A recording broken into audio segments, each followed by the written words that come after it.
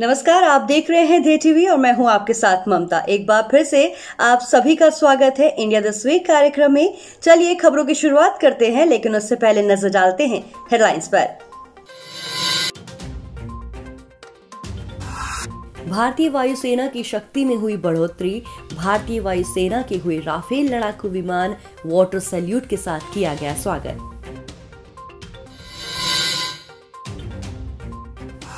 केंद्रीय मंत्रिमंडल ने नई शिक्षा नीति 2020 को दी मंजूरी। उद्देश्य देश भर के स्कूलों में सभी स्तरों के छात्रों को सार्वभौमिक शिक्षा सुनिश्चित करना। साथ ही मानव संसाधन विकास मंत्रालय का नाम बदलकर शिक्षा मंत्रालय कर दिया गया। डिजिटल शिक्षा पर जारी की गई भारत रिपोर्ट 2020 दूरस्थ शिक्षा और सभी के लिए शिक्षा की सुविधा के लिए सरकार की ओर से की गई विभिन्न पहलों की जानकारी है मौजूद।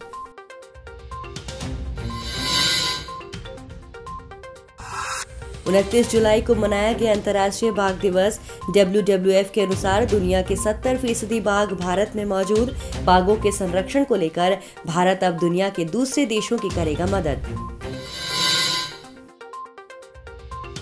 केंद्र सरकार ने कृषि के क्षेत्र में बढ़ाया एक और कदम। 5 राज्यों में लागू किया जाएगा ग्रीन एजी परियोजना। कृषि से होने वाले उत्सर्जन को कम करना है उद्देश्य। पूरे भारत में लगभग 60,000 घरों का पूरा होगा निर्माण कार्य। स्वामित्व निधि के अंतर्गत अब तक 81 परियोजनाओं को मिली मंजूरी।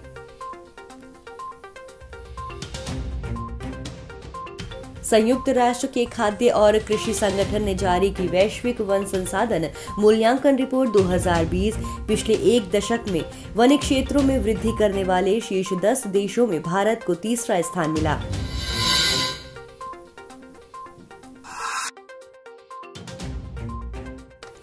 फ्रांस में बनाया जा रहा है international thermo nuclear fusion experimental reactor. भविष्य में वैश्विक ऊर्जा स्रोत के तौर पर न्यूक्लियर फ्यूजन के इस्तेमाल पर मिलेगा जवाब। भारत की अहम भूमिका। इस प्रोजेक्ट में भारत की 200 कंपनियां और 107 वैज्ञानिक जुड़े हैं।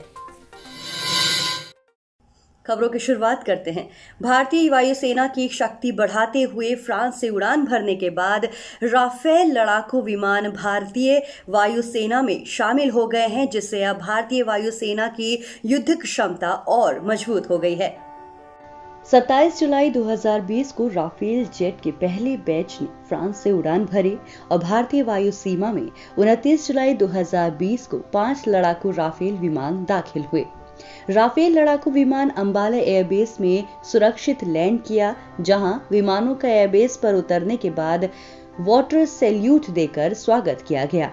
इस मौके पर वायुसेना अध्यक्ष air chief marshal RKS Bhadauria सहित वायुसेना के प्रमुख अधिकारी मौजूद रहे।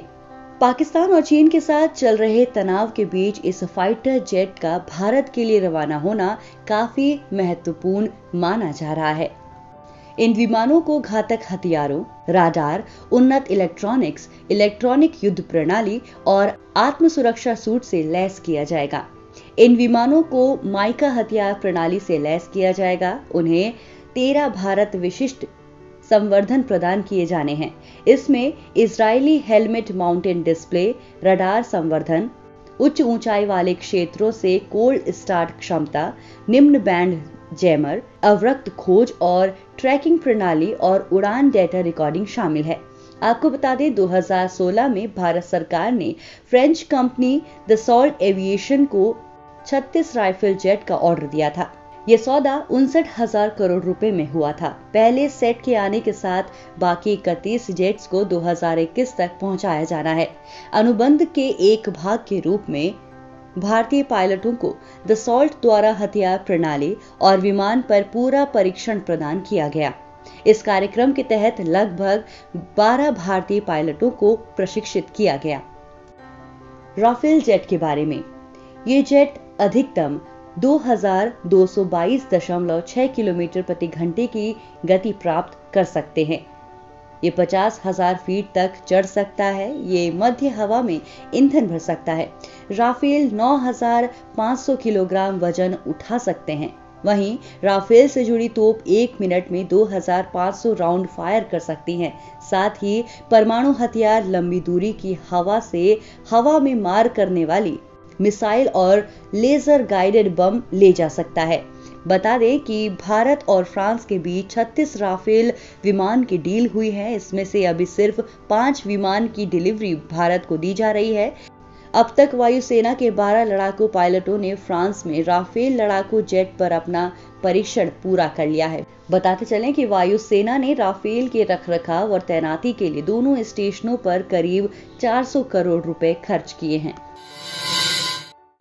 नई शिक्षा नीति 2020 को मंजूरी मिल गई है, जिसके बाद एचआरडी मिनिस्ट्री का नाम बदलकर शिक्षा मंत्रालय रख दिया गया है, जिसके साथ ही स्कूलों में 10+2 का फॉर्मेट भी खत्म कर दिया गया है। चलिए एक नजर डालते हैं नई शिक्षा नीति 2020 की विशेषताओं पर। केंद्रीय मंत्रिमंडल ने राज्य शिक्षा नीति 2020 को मंजूरी दे दी है, जिसका उद्देश्य देश भर के स्कूलों में सभी स्तरों के छात्रों को सार्वभौमिक शिक्षा सुनिश्चित करना है। इसके साथ ही मानव संसाधन विकास मंत्रालय का नाम बदलकर शिक्षा मंत्रालय कर दिया गया है। एक नजर राष्ट्रीय शिक्षा नीति 2020 की मुख्य विशेषताओं पर। ये सभी स्तरों पर स्कूली शिक्षा, सार्वभौमिक सहायता, नवीन शिक्षा केंद्रों को मुख्य धारा में वापस लाने, छात्रों की ट्रैकिंग और उनके सीखने के स्तर आदि के लिए सार्वभौमिक पहुंच सुनिश्चित करने पर ध्यान केंद्रित करेगी। नई शिक्षा नीति में 10+2 के प्रारूप को पूरी तरह खत्म कर दिया गया है। 10+2 स्कूल पाठ्यक्रम को क्रमशः 3 से 8, 8 से 11, 8 से 14 और 14 से 18 वर्ष की आयु के अनुसार 5+3+3+4 पाठ्यक्रम संरचना द्वारा रखा जाएगा। ये स्कूल के पाठ्यक्रम के दायरे में 3 से 6 वर्ष के आयु वर्ग को लाने जा रहा है। बचपन की देखभाल और शिक्षा के लिए राष्ट्रीय पाठ्यक्रम और शैक्षणिक ढांचा एनसीईआरटी द्वारा 8 वर्ष तक के बच्चों के लिए विकसित किया जाएगा। इस ढांचे को प्रशिक्षित शिक्षकों और श्रमिकों के साथ आंगनवाड़ियों और प्री स्कूलों के माध्यम से वितरित किया जाएगा। National mission on foundational literacy and numeracy की स्थापना मानव संसाधन विकास मंत्रालय द्वारा की जाएगी और राज्य 2025 तक ग्रेड 3 से सभी शिक्षार्थियों के लिए सभी प्राथमिक स्कूलों में सार्वभौमिक मूलभूत साक्षरता और संख्यात्मक प्राप्त करने के लिए एक कार्यान्वयन योजना तैयार करेंगे। वहीं एक राष्ट्रीय पुस्तक संवर्धन नीति भी बनाई जाएगी। साथ ही स्कूली पाठ्यक्रम और शिक्षा शास्त्र नए युग के कौशल से लैस करके शिक्षार्थियों के समग्र विकास का लक्ष्य रखेगा। व्यावसायिक शिक्षा 6वीं कक्षा से शुरू होगी और इसमें इंटर्नशिप शामिल होगी। वहीं स्कूल शिक्षा 2020-21 के लिए एक नया और विस्तृत राष्ट्रीय पाठ्यचर्या ढांचा भी एनसीईआरटी द्वारा विकसित किया जाएगा। राष्ट्रीय शिक्षा नीति कम से कम ग्रेड 5 तक मातृभाषा और क्षेत्रीय भाषा में शिक्षा के वितरण पर केंद्रित है। वहीं मूल्यांकन मानदंड को योगात्मक मूल्यांकन से नियमित और औपचारिक मूल्यांकन में बदलना होगा, जो योग्यता पर आधारित होगा। साथ ही मूल्यांकन के उद्देश्य के लिए एक नया राष्ट्रीय मूल्यांकन केंद्र यानी PARAKH निर्धारित किया जाएगा। समान और समावेशी शिक्षा सुनिश्चित करने के लिए देश में जेंडर इंक्लूजन फंड और विशेष शिक्षा क्षेत्र स्थापित किए जाएंगे। हर राज्य जिले में कला संबंधी, करियर संबंधी और खेल संबंधी गतिविधियों में भाग लेने के लिए बाल भवन को स्थापित किया जाएगा। शिक्षकों के लिए एक राष्ट्रीय व्यावसायिक मानक 2022 तक एनसीईआरटी द्वारा विकसित किया जाएगा, ताकि शिक्षक भर्ती उसके आधार पर की जा सके और शिक्षकों के लिए भी मजबूत करियर मार्ग का प्रबंध किया जा सके। साथ ही डिजिटल रूप से विभिन्न उच्च शिक्षा संस्थानों से अर्जित अकादमिक क्रेडिट को संग्रहित करने के लिए एक एकेडमिक बैंक ऑफ क्रेडिट की स्थापना की जाएगी, ताकि इन्हें अंतिम डिग्री की ओर स्थानांतरित और गिना जा सके। राष्ट्रीय अनुसंधान फाउंडेशन एक मजबूत अनुसंधान संस्कृति को बढ़ावा देने और उच्च शिक्षा के लिए अनुसंधान क्षमता के निर्माण के लिए एक सर्वोच्च निकाय के रूप में बनाया जाएगा। साथ ही भारत का उच्चतर शिक्षा आयोग चिकित्सा और कानूनी शिक्षा को छोड़कर पूरे उच्च शिक्षा के लिए एक एकल निकाय के रूप में स्थापित किया जाएगा।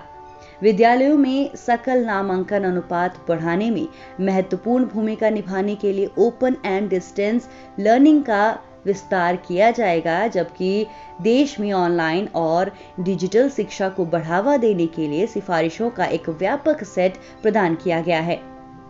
वहीं शिक्षा के विभिन्न क्षेत्रों में प्रौद्योगिकी के उपयोग पर विचारों के मुक्त आदान प्रदान के लिए एक मंच प्रदान करने के लिए एक स्वायत्त निकाय राष्ट्रीय शैक्षिक प्रौद्योगिकी फोरम बनाया जाएगा। वहीं दूसरी ओर केंद्रीय मानव संसाधन विकास मंत्री रमेश पोखरियाल निशंक द्वारा डिजिटल शिक्षा पर भारत रिपोर्ट 2020 जारी की गई। इस रिपोर्ट में सरकार की ओर से किए गए तमाम योजनाओं, तमाम तरीकों के बारे में बताया गया है जो बच्चों की शिक्षा के लिए किया गया है। केंद्रीय मानव संसाधन विकास मंत्री श्री रमेश पोखरियाल निशंक ने डिजिटल शिक्षा पर भारत रिपोर्ट 2020 जारी की। उन्होंने इस अवसर पर कहा कि ये रिपोर्ट मानव संसाधन विकास मंत्रालय, राज्यों और केंद्र शासित प्रदेशों के शिक्षा विभागों द्वारा घर पर बच्चों के लिए सुलभ और समावेशी शिक्षा सुनिश्चित करने और उनके सीखने के क्रम में आने वाली बाधाओं को दूर करने के लिए अपनाए गए अभिनव तरीकों की विस्तृत व्याख्या करती है। रिपोर्ट को राज्यों और केंद्र शासित प्रदेशों के शिक्षा विभागों के परामर्श से मानव संसाधन विकास मंत्रालय के डिजिटल शिक्षा प्रभाग द्वारा तैयार किया गया है।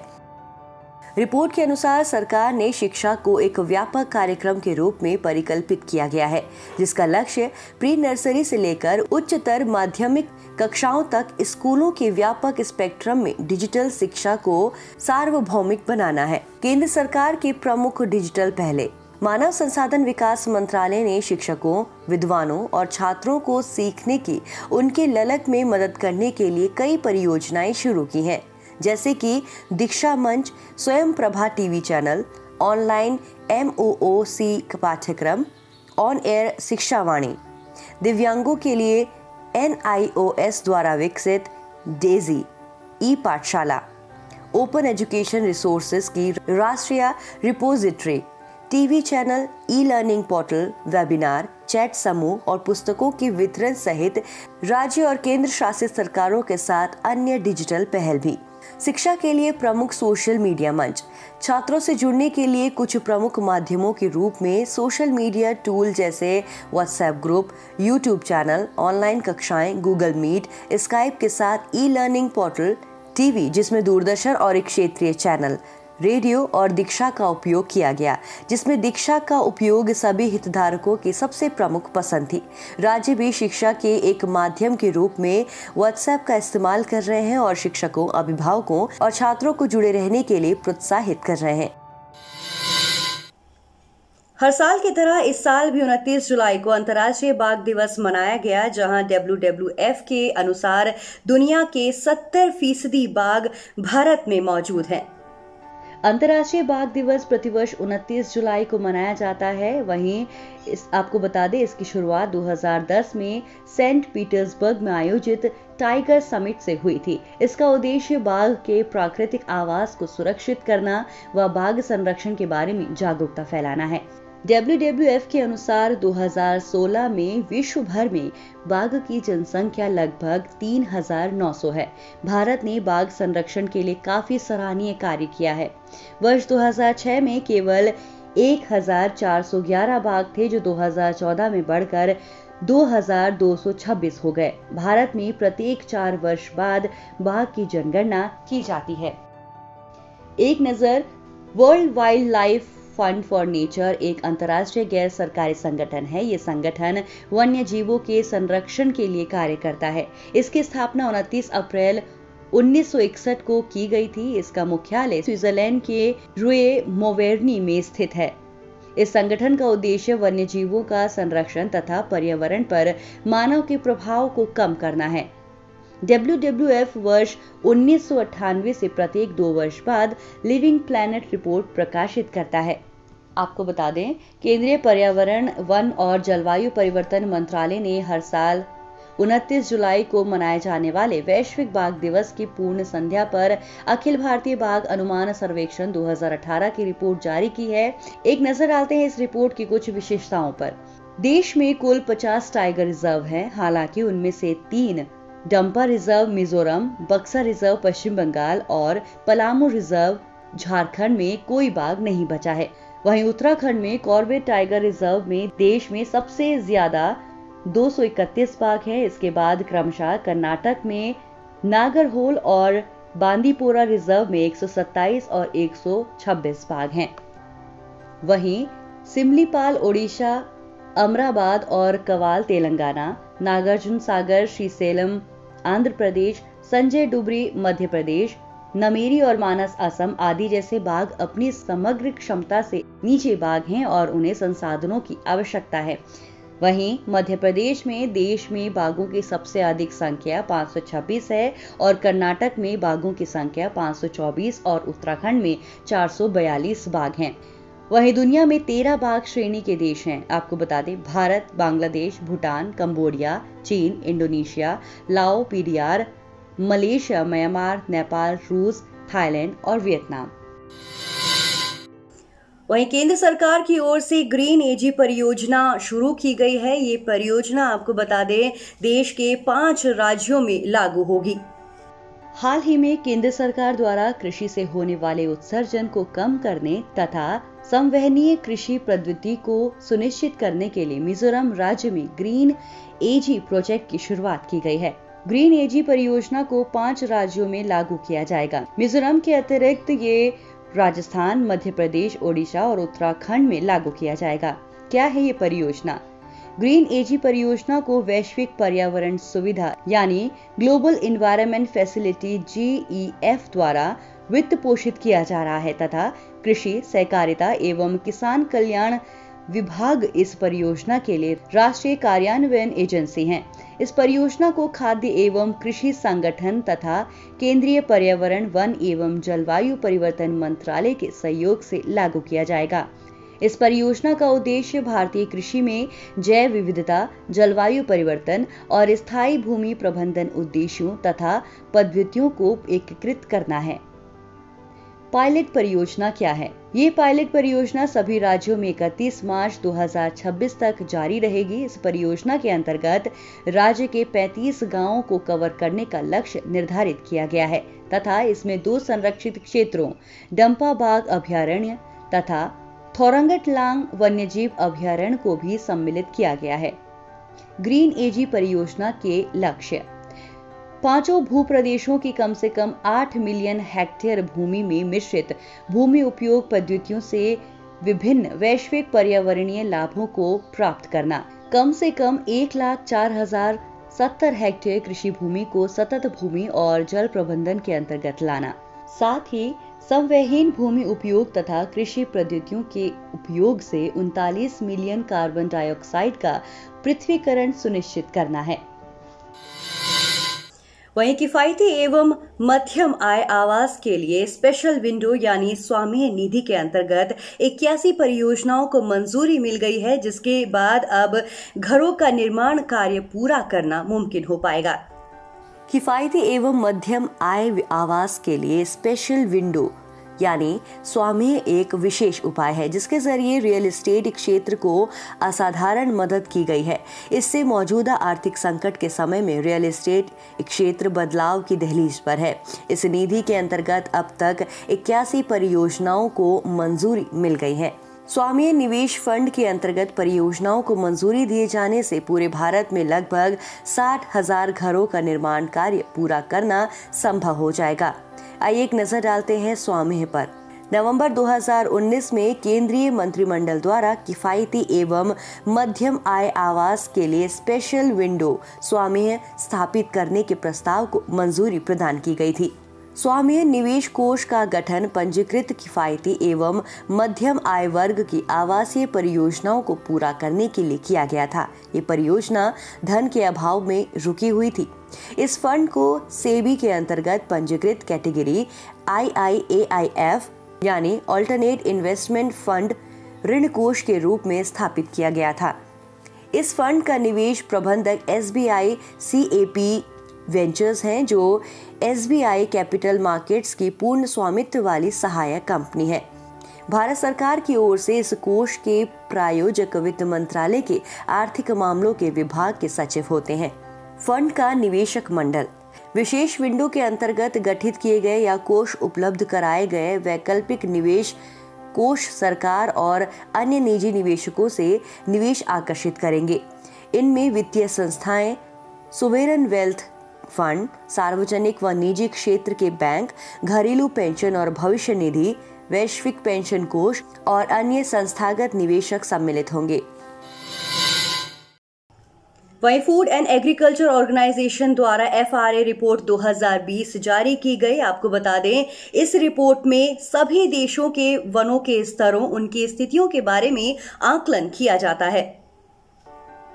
हाल ही में संयुक्त राष्ट्र के खाद्य और कृषि संगठन यानी FAO द्वारा वैश्विक वन संसाधन मूल्यांकन यानी FRA रिपोर्ट 2020 जारी की गई। वैश्विक वन संसाधन मूल्यांकन के बारे में FAO वर्ष 1990 के बाद से प्रत्येक 5 वर्ष में ये व्यापक आकलन करता है। इस रिपोर्ट में सभी सदस्य देशों के वनों का स्तर, उनकी स्थितियों एवं प्रबंधन का आकलन किया जाता है। FRA 2020 के अनुसार 2010 से 2020 के दौरान वन क्षेत्रों से सार्वजनिक औसत वार्षिक शुद्ध लाभ दर्ज करने वाले शीर्ष 10 देश हैं: चीन, ऑस्ट्रेलिया, भारत, चिली, वियतनाम, तुर्की, संयुक्त राज्य अमेरिका, फ्रांस, इटली और रोमानिया। FRA 2020 के मुख्य निष्कर्ष: वर्ष 2010 से 2020 की अवधि में एशियाई महाद्वीप में वन क्षेत्र में सर्वाधिक शुद्ध वृद्धि दर्ज की है। एशियाई महाद्वीप में पिछले एक दशक के दौरान वनों में प्रति वर्ष 1.17 मिलियन हेक्टेयर की शुद्ध वृद्धि दर्ज की गई है। दक्षिण एशियाई उपक्षेत्रों में वर्ष 1990 से 2020 के दौरान शुद्ध वन हानि दर्ज की गई है। भारत में संबंधित निष्कर्ष: वैश्विक वन संसाधन मूल्यांकन के एक दशक के दौरान भारत ने औसतन प्रत्येक वर्ष 0.38% वन लाभ अथवा 2,66,000 हेक्टेयर क्षेत्र की वन वृद्धि दर्ज की है। रिपोर्ट में एशियाई महाद्वीप के अंतर्गत सामुदायिक प्रबंधित वन क्षेत्रों में उल्लेखनीय वृद्धि के लिए सरकारों के संयुक्त वन प्रबंधन कार्यक्रम को श्रेय दिया गया है। भारत में स्थानीय, आदिवासी एवं देशज समुदाय द्वारा प्रबंधित वन क्षेत्र वर्ष 1990 में 0 से बढ़कर वर्ष 2015 में लगभग 25 मिलियन हेक्टेयर हो गया है। हालांकि आकलन के अनुसार प्राकृतिक रूप से पुनर्जीवित वन दर निराशाजनक है। 2010 से 2020 के दौरान प्राकृतिक रूप से पुनर्जीवित वन में वृद्धि की दर केवल 0.38% थी। भारत द्वारा विश्व में वन क्षेत्र में अधिकतम रोजगार उत्पन्न किए गए हैं। विश्व स्तर पर 12.5 मिलियन लोग वानिकी क्षेत्र में कार्यरत हैं। इसमें से 6.23 मिलियन अर्थात लगभग 50% सिर्फ भारत में कार्यरत है। और वहीं ITER रिएक्टर असेंबली फ्रांस में बीते मंगलवार को शुरू हो गई है। इस मौके पर भारत समेत ITER के सदस्य देशों के प्रतिनिधि भी मौजूद रहे। फ्रांस में international thermo nuclear fusion experimental reactor यानी ITER टोकामेक बनाया जा रहा है, जिसका लक्ष्य ये पता लगाना है कि भविष्य में वैश्विक ऊर्जा स्रोत के तौर पर न्यूक्लियर फ्यूजन का इस्तेमाल किया जा सकता है या नहीं। अब इस रिएक्टर की असेंबली बीते मंगलवार को फ्रांस में शुरू हो गई है। इस मौके पर भारत समेत ITER के कई सदस्य देशों के प्रतिनिधि मौजूद रहे। ये रिएक्टर एक एक्सपेरिमेंट है जिससे आम लोगों तक ऊर्जा नहीं पहुंचाई जाएगी, लेकिन ये ऐसा मॉडल है जिसके सफल होने पर ये पता लगाया जा सकेगा कि कैसे कमर्शियल ऊर्जा उपलब्ध करने के लिए ऐसे ही रिएक्टर्स को सटीकता से बनाया जा सकता है। ITER का लैटिन में मतलब भी है रास्ता, और इस एक्सपेरिमेंट से बेहतर ऊर्जा के लिए नया रास्ता तैयार किया जा रहा है। टोकामेक एक ऐसी डिवाइस है जो मैग्नेटिक फील्ड की मदद से न्यूक्लियर फ्यूजन जनरेट करती है। पारंपरिक तरीकों की जगह फ्यूजन रिएक्शन को ऊर्जा उत्पादन के लिए इस्तेमाल किया जा सकता है या नहीं, इसे लेकर ही ITER ये एक्सपेरिमेंट कर रहा है। खास बात यह है कि यही न्यूक्लियर रिएक्शन सितारों में होता है, तो एक तरह से ITER धरती पर ही सितारा बन रहा है। न्यूक्लियर फ्यूजन रिएक्शन से 15 करोड़ डिग्री सेल्सियस का तापमान पैदा होता है। इसकी वजह से ऐसा प्लाज्मा पैदा होता है जिसमें हाइड्रोजन के आइसोटॉप्स आपस में फ्यूज होकर हीलियम और न्यूट्रॉन बनाते हैं। शुरुआत में रिएक्शन से गर्मी पैदा हो इसके लिए ऊर्जा की खपत होती है, लेकिन एक बार रिएक्शन शुरू हो जाता है तो फिर रिएक्शन की वजह से ऊर्जा पैदा भी होने लगती है। ITER पहला ऐसा रिएक्टर है जिसका उद्देश्य है कि न्यूक्लियर फ्यूजन रिएक्शन के शुरू होने में जितनी ऊर्जा इस्तेमाल हो उससे ज्यादा ऊर्जा रिएक्शन की वजह से बाद में उत्पाद के तौर पर निकले। क्यों अहम है ITER? ITER पहली ऐसी डिवाइस होगी जो लंबे वक्त तक फ्यूजन रिएक्शन जारी रख सकेगी। ITER में इंटीग्रेटेड टेक्नोलॉजी और मटेरियल को टेस्ट किया जाएगा जिसका इस्तेमाल फ्यूजन पर आधारित बिजली के कमर्शियल उत्पादन के लिए किया जाएगा। पहली बार 1985 में इसका एक्सपेरिमेंट का पहला आइडिया लॉन्च किया गया था। आपको बता दें ITER की डिजाइन बनाने में इसके सदस्य देशों चीन, European union, Bharat, Japan, Korea, रूस और द यूनाइटेड के हजारों इंजीनियरों और वैज्ञानिकों ने अहम भूमिका निभाई है। बताते चले कि भारत इस एक्सपेरिमेंट से 2005 में जुड़ा था। Larsen and Toubro heavy engineering ने 4000 टन की स्टेनलेस स्टील में बनी कार्योस्टेट की लीड तैयार की है। इसके अलावा Bharat upper lower cylinder shielding, cooling system, cryogenic system, heating systems बना रहा है। कार्योस्टेट 30 मीटर ऊंचा और 30 मीटर डायमीटर का सिलेंडर है जो विशाल फ्रिज की तरह काम करेगा और फ्यूजन रिएक्टर को ठंडा करने का काम करेगा। ये दुनिया में अपनी तरह का सबसे विशाल वेसल है। LNT के अलावा भारत की 200 कंपनियां और 107 वैज्ञानिक इस प्रोजेक्ट से जुड़े हुए हैं। तो चलिए फटाफट से नजर डालते हैं राउंड अप सेगमेंट पर। 26 जुलाई को देश में प्रत्येक वर्ष कारगिल विजय दिवस के रूप में मनाया जाता है। ये दिवस ऑपरेशन विजय की सफलता की याद में मनाया जाता है। 26 जुलाई 1999 को भारत ने कारगिल में पाकिस्तानी घुसपैठियों के कब्जे से अपने क्षेत्र को पुनः प्राप्त किया था। फरवरी 1999 में भारत और पाकिस्तान के बीच कश्मीर में शांति के लिए लाहौर समझौता हुआ था। इसी दौरान कुछ पाकिस्तानी घुसपैठिए भारतीय सीमा में प्रवेश कर गए। घुसपैठ के कार्य को ऑपरेशन बद्र नाम दिया गया था। पाकिस्तानी घुसपैठ का उद्देश्य कश्मीर और लद्दाख के बीच के संपर्क को काटना था, जिससे भारतीय सेना को सियाचिन ग्लेशियर से वापस हटना पड़े। इस गंभीर संकट से निपटने के लिए भारत सरकार ने ऑपरेशन विजय लॉन्च किया और इस कार्य के लिए 2 लाख सैनिकों को भेजा गया। 60 दिन तक चले इस ऑपरेशन के बाद भारतीय सेना ने अपने क्षेत्र पर पुनः नियंत्रण स्थापित कर लिया। यह ऑपरेशन 26 जुलाई 1999 को पूरा हुआ। इस दौरान भारतीय सेना के 527 जवान शहीद हुए। इस युद्ध में लगभग 450 पाकिस्तानी घुसपैठियों की मृत्यु हुई थी। भारत सरकार ने हाल ही में विश्व स्वास्थ्य संगठन के अनुरोध पर $1 मिलियन अमेरिकी की चिकित्सा सहायता उत्तर कोरिया को दी। WHO के एंटी ट्यूबरक्लोसिस प्रोग्राम के हिस्से के रूप में ये चिकित्सा सहायता प्रदान की गई है। उल्लेखनीय है कि उत्तर कोरिया संयुक्त राष्ट्र सुरक्षा परिषद के प्रतिबंधों के अधीन है। हालांकि भारत की चिकित्सा सहायता WHO के एंटी ट्यूबरक्लोसिस प्रोग्राम के तत्वाधान में है और इसीलिए इसे प्रतिबंधों से छूट दी गई है। Round up 3।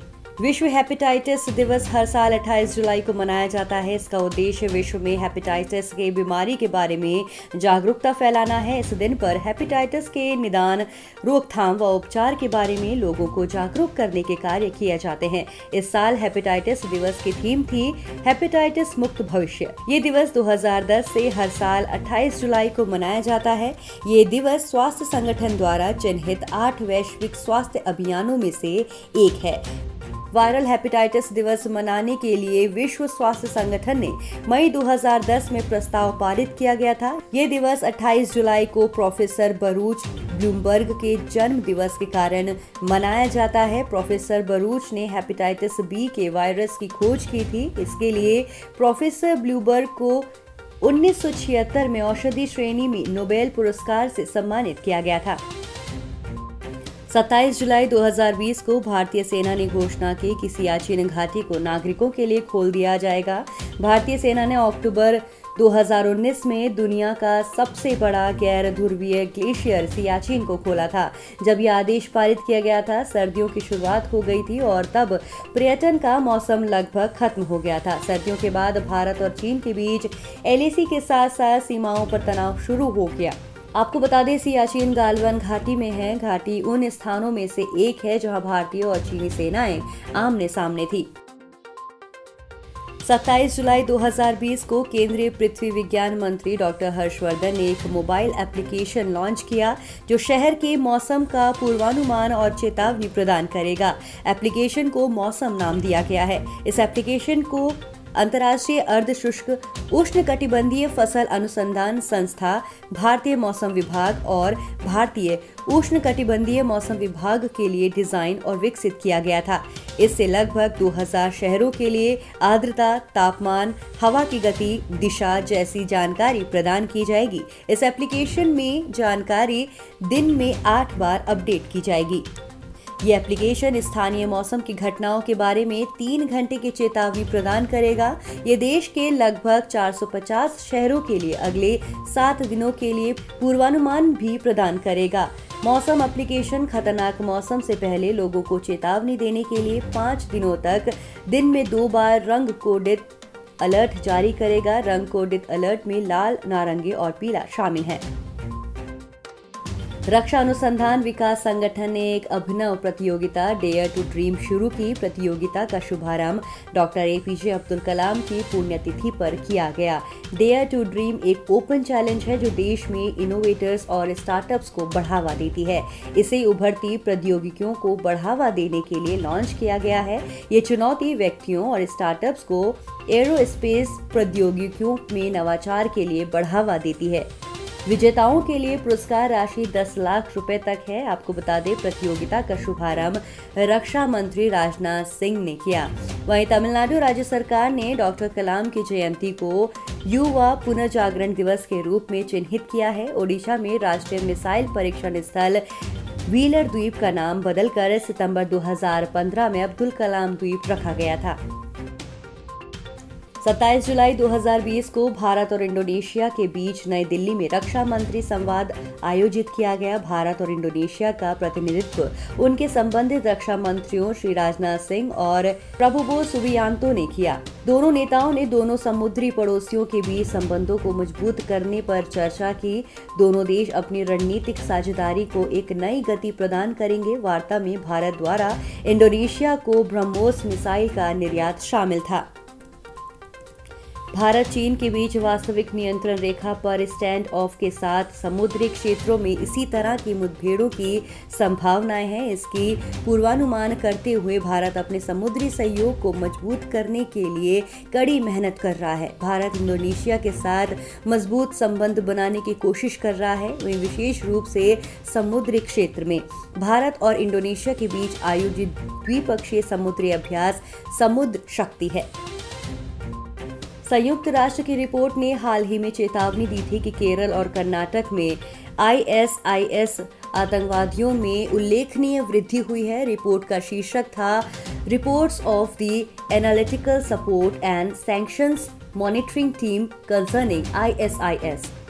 इस रिपोर्ट में कहा गया है कि अल-कायदा, जिसमें भारत, बांग्लादेश, पाकिस्तान और म्यांमार से 150 से 200 आतंकवादी हैं, भारतीय उपमहाद्वीप पर हमला करने की योजना बना रहे हैं। भारतीय उपमहाद्वीप में अल-कायदा तालिबान के तहत काम करता है। ये मुख्य रूप से अफगानिस्तान के निमरूज, कंधार और हेलमंद प्रांतों में निहित है। भारत ने भारतीय उपमहाद्वीप में आतंकवाद का मुकाबला करने के लिए कई उपाय किए हैं। विशेष रूप से धारा 370 को निरस्त करने के बाद केरल में ऑपरेशन पिजन शुरू किया गया था। ऑपरेशन ने 350 युवाओं को ISIS से बचाया। वहीं राष्ट्रीय खुफिया ग्रिड यानी नेट ग्रिड प्रस्तावित किया गया है और साथ ही आतंकवाद का मुकाबला करने के लिए राष्ट्रीय जांच एजेंसी को बड़े पैमाने पर तैनात किया गया है।